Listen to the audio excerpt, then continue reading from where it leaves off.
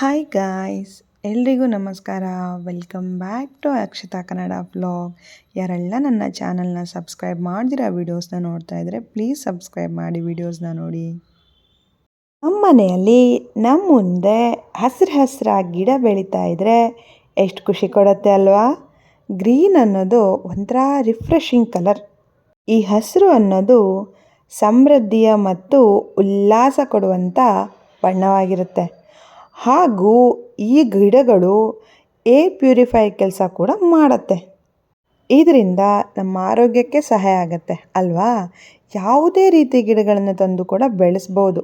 ಆದರೆ ಯಾವುದೇ ರೀತಿ ಗಿಡ ಅಥವಾ ಎಲೆಗಳು ಮುರಿದಾಗ ಹಾಲು ಬರುತ್ತಲ್ಲ, ಅಂಥ ಗಿಡಗಳನ್ನ ಬೆಳೆಸಬಾರ್ದು. ಬಿಟ್ಟು ಬೇರೆ ಯಾವ ಗಿಡ ಬೇಕಿದ್ರೂ ಬೆಳೆಸ್ಕೋಬೋದು. ಈ ಕ್ಯಾಕ್ಟಸ್, ಎಲೋವೆರಾ ಈ ಥರನ ಬೆಳೆಸಬಾರ್ದು. ಅದು ಮುರಿದ್ರೆ ಹಾಲು ಬರುತ್ತಲ್ವಾ, ಆ ಥರ ಗಿಡನ ಬೆಳೆಸಬಾರ್ದು. ಎಲ್ಲರ ಮನೆಯಲ್ಲೂ ಮನಿ ಪ್ಲ್ಯಾಂಟನ್ನು ತಂದು ಬೆಳೆಸಿರ್ತಾರೆ. ಎಷ್ಟೊಂದು ಜನ ಅದನ್ನು ಮನೆಯ ಮುಂಭಾಗದಲ್ಲಿ ಬೆಳೆಸಿರ್ತಾರೆ. ಕೆಲವೊಬ್ಬರು ಶೋಗೆ ಅಂತ ಬೆಳೆಸಿದ್ರೆ, ಇನ್ನು ಕೆಲವೊಬ್ಬರು ಹಣವೃದ್ಧಿಗೆ ಅಂತ ತಂದು ಬೆಳೆಸ್ತಾರೆ. ಈ ಮನಿ ಪ್ಲ್ಯಾಂಟ್ನ ತಪ್ಪಾಗಿ ಬೆಳೆಸಿದ್ರೆ ನಿಮ್ಮ ಮನೆಗಳಲ್ಲಿ ಧಕ್ಕೆಯನ್ನುಂಟು ಮಾಡ್ಬೋದು. ಅಂದರೆ ಹಲವಾರು ಸಮಸ್ಯೆಗಳು ಉಂಟಾಗ್ಬೋದು. ಮುಖ್ಯವಾಗಿ ಹಣದ ಸಮಸ್ಯೆ ಎದುರಿಸಬೇಕಾಗತ್ತೆ.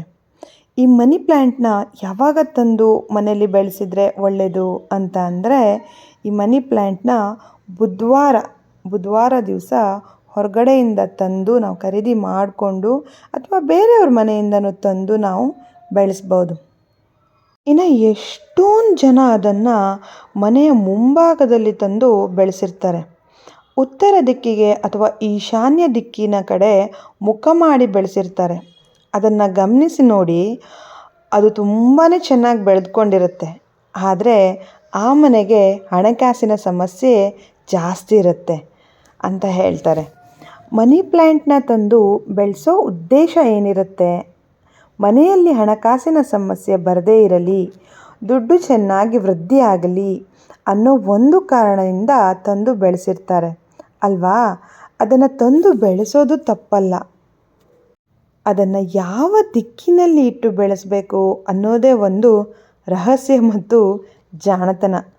ಮನಿ ಪ್ಲ್ಯಾಂಟ್ ಲಕ್ಷ್ಮಿಯ ಸಂಕೇತ ಅಥವಾ ಮನಿ ಪ್ಲ್ಯಾಂಟ್ ಶುಕ್ರನ ಸಂಕೇತ ಅಂತಾರೆ. ಉತ್ತರ ಮತ್ತು ಈಶಾನ್ಯ ಮೂಲೆ ಎಂಬುದು ದೇವರ ಮೂಲೆ ಆಗಿರುತ್ತೆ. ಮನಿ ಪ್ಲ್ಯಾಂಟ್ ಎನ್ನುವುದು ರಾಕ್ಷಸ ಗುರುಗೆ ಸಂಬಂಧಪಟ್ಟಂಥ ಗಿಡ ಆಗಿದ್ದರಿಂದ ನಾವು ಅದನ್ನು ಉತ್ತರ ಅಥವಾ ಈಶಾನ್ಯ ದಿಕ್ಕಿಗೆ ಇಡದಿರೋದ್ರಿಂದ ಅದರ ಬದಲು ಅದನ್ನು ಆಗ್ನೇಯಲ್ಲಿ ಇಟ್ಟರೆ ತುಂಬ ಚೆನ್ನಾಗಿ ಹಣವೃದ್ಧಿ ಆಗುತ್ತೆ. ಪೂರ್ವ ಮತ್ತು ದಕ್ಷಿಣ ದಿಕ್ಕಿನ ಮಧ್ಯೆ ಆಗ್ನೇಯ ದಿಕ್ಕಿನಲ್ಲಿ ಬೆಳೆಸೋದ್ರಿಂದ ತುಂಬಾ ಸೂಕ್ತ. ಹಾಗೂ ವಾಸ್ತು ಪ್ರಕಾರ ಹಣದ ವೃದ್ಧಿ ಕೂಡ ಆಗುತ್ತೆ. ಆಗ್ನೇಯ ದಿಕ್ಕು ಗಣೇಶನ ಅನುಗ್ರಹ ಇರುತ್ತೆ. ಅಂತಹ ಈ ಆಗ್ನೇಯ ದಿಕ್ಕಿನಲ್ಲಿ ಮನಿ ಪ್ಲ್ಯಾಂಟ್ನ ಬೆಳೆಸಿದರೆ ತುಂಬಾ ಚೆನ್ನಾಗಿ ಹಣವೃದ್ಧಿ ಆಗುತ್ತೆ ಅಂತ ಹೇಳಲಾಗುತ್ತೆ. ಮನಿ ಪ್ಲ್ಯಾಂಟು ಶುಕ್ರನ ಸಂಕೇತ ಆಗಿರೋದ್ರಿಂದ ಅದನ್ನು ದಕ್ಷಿಣ ದಿಕ್ಕು ಅಥವಾ ಅಗ್ನಿ ಮೂಲೆ ಅಂತ ಏನು ಹೇಳ್ತೇವೆ, ಅಲ್ಲಿ ಅದನ್ನು ಚೆನ್ನಾಗಿ ಬೆಳೆಸೋದ್ರಿಂದ ಅಂತಹ ಮನೆಯಲ್ಲಿ ಚೆನ್ನಾಗಿ ಹಣವೃದ್ಧಿ ಆಗತ್ತೆ ಅಂತ ಹೇಳ್ತಾರೆ.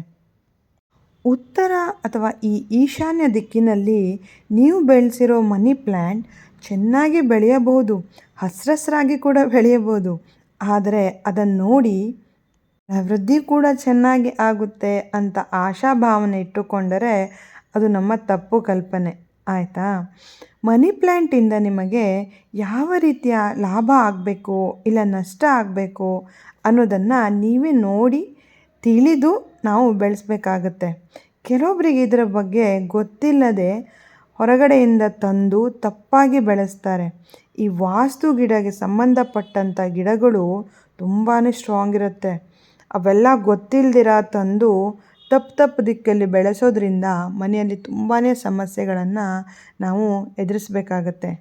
ಹಾಗಾಗಿ ನಾವು ಈ ಥರ ತಪ್ಪುಗಳನ್ನು ಮಾಡ್ದಿರ ಈ ಥರ ವೀಡಿಯೋಸ್ಗಳನ್ನೆಲ್ಲ ನೋಡಿ ಅದನ್ನು ಅರ್ಥಕೊಂಡು ನಾವು ಮನಿ ಪ್ಲ್ಯಾಂಟನ್ನು ತಂದು, ಮನಿ ಪ್ಲ್ಯಾಂಟ್ ಅಂತ ಅಲ್ಲ, ಯಾವುದೇ ರೀತಿ ವಾಸ್ತುದು ಪ್ಲ್ಯಾಂಟ್ಸನ್ನು ತಂದು ನಾವು ಬೆಳೆಸೋದ್ರಿಂದ ನಮಗೂ ಕೂಡ ಅದರಿಂದ ಲಾಭ ಆಗುತ್ತೆ. ನಾವು ಏನೋ ಒಂದು ಲಾಭ ಆಗಲಿ ಅಂತ ತಾನೇ ಖರೀದಿ ಮಾಡಿ ತಂದು ಬೆಳೆಸೋದು.